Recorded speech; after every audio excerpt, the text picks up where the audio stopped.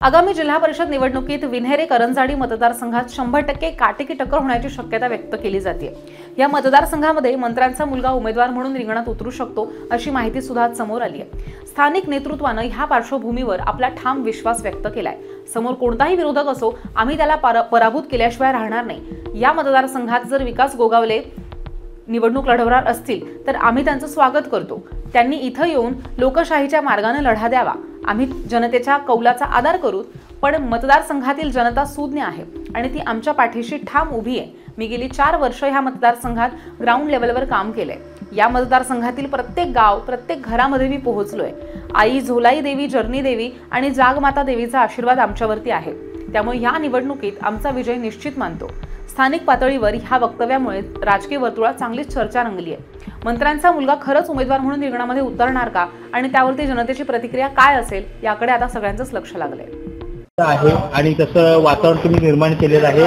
कसं वाटते ही निवडणूक तुम्हाला, किती सोपी आहे? काटेकी टक्कर होईल का एखादी निवडणूक मारून घ्याल? विन्हेरे म्हणजे करंजाडी जिल्हा परिषद मतदारसंघामध्ये ह्या निवडणूक जी होणार आहे ती 100% काटेकी टक्कर होईल। कारण की समोरचा जो उमेदवार आहे हा आमच्या माहितीनुसार, आज आलेल्या माहितीनुसार तो मंत्र्यांचा मुलगा असू शकतो। त्यामुळं ह्या ठिकाणी तो जर उभा राहिला ती नक्कीच काटेकी टक्कर होईल।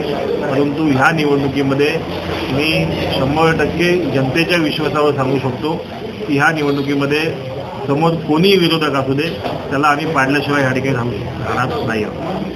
तोच कशावर तुम्ही धरून जाताय मागापासून? आम्ही त्यालाच गृहीत धरलंय कारण की स्टेटस असतील किंवा त्यांच्या पक्षाचे कार्यकर्ते असतील किंवा त्यांची जी काही अनेक लोक असतील त्यांनी सांगितलं ह्या मतदारसंघात तोच उभा राहील। आणि माझी प्रामाणिक इच्छा आहे की जर लढायचं असेल तर चांगल्याच माणसासमोर लढायला पाहिजे। आणि जर त्यांनी निवडणूक लढवायची इच्छा व्यक्त केली तर त्यांचं स्वागत आहे ह्या मतदारसंघात। ह्या मतदारसंघात त्यांनी यावं, निवडणूक लढवावी आणि स्वतःचा पराभव करून घ्यावा एवढीच आमची अपेक्षा आहे। तुमचं चॅलेंज आहे तर 100% कोणाला? विकास गोगावले यांना मी आपल्या माध्यमातून सांगू इच्छितोय की त्यांनी विन्हेरे जिल्हा परिषद मतदारसंघामध्ये निवडणूक लढावी, लढण्यासाठी यावं आणि ह्या मतदारसंघातून त्यांनी निवडणूक लढून त्यांना जे काही आम्हाला विरोधात जे काही करायचे ते ह्या मतदारसंघात येऊन करावं। कारण की मी 4 वर्षापूर्वी त्यांच्या एका पक्षाच्या पदाधिकाऱ्याला सांगितलं होतं की असे भानगडी तंटे विटणे करण्यापेक्षा लोकशाहीमध्ये निवडणुकीमध्ये पराभव करून दाखवा। जर का पराभव झाला तो आम्ही स्वीकारू, जनतेचा जो कौल असेल तो आम्ही स्वीकारू। परंतु ह्या मतदारसंघातली जनता अतिशय सुज्ञ आहे आणि ह्या मतदारसंघातली जनता ही आमच्या पाठीशी राहील। आई झोलाई देवीचा आशीर्वाद हा सोमनाथ ओझरडेच्या पाठीशी राहील एवढं मला या ठिकाणी वाटते।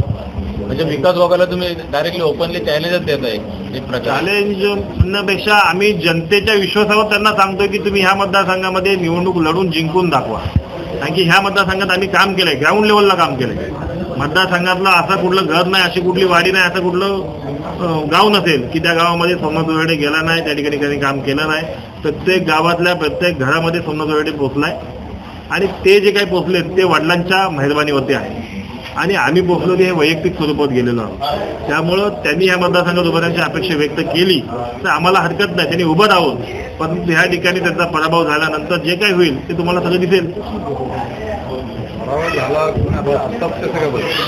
आम्ही जनतेच्या विश्वासावर सांगतोय, जनता आमच्या पाठीशी आहे। आई झोलाई देवीचा आशीर्वाद आहे, आई जर्नी देवीचा आशीर्वाद आहे, जागमातेचा आशीर्वाद आमच्या पाठीशी आहे। त्यामुळे आम्हाला खात्री आहे की ह्या ठिकाणी ह्या मतदारसंघामध्ये लालबागच्या आशीर्वादी आम्ही या सगळ्या निवडणुका आजपर्यंत जे मानामाने वाटले, मी ग्रामपंचायत शेगावची निवडणूक लढवली, एकदा जिंकून आलो, एकदा बिनविरोध आलो, जे जे आमच्या मनाला वाटलंय ते आजपर्यंत घडत गेलंय आणि चांगलंच घडतंय।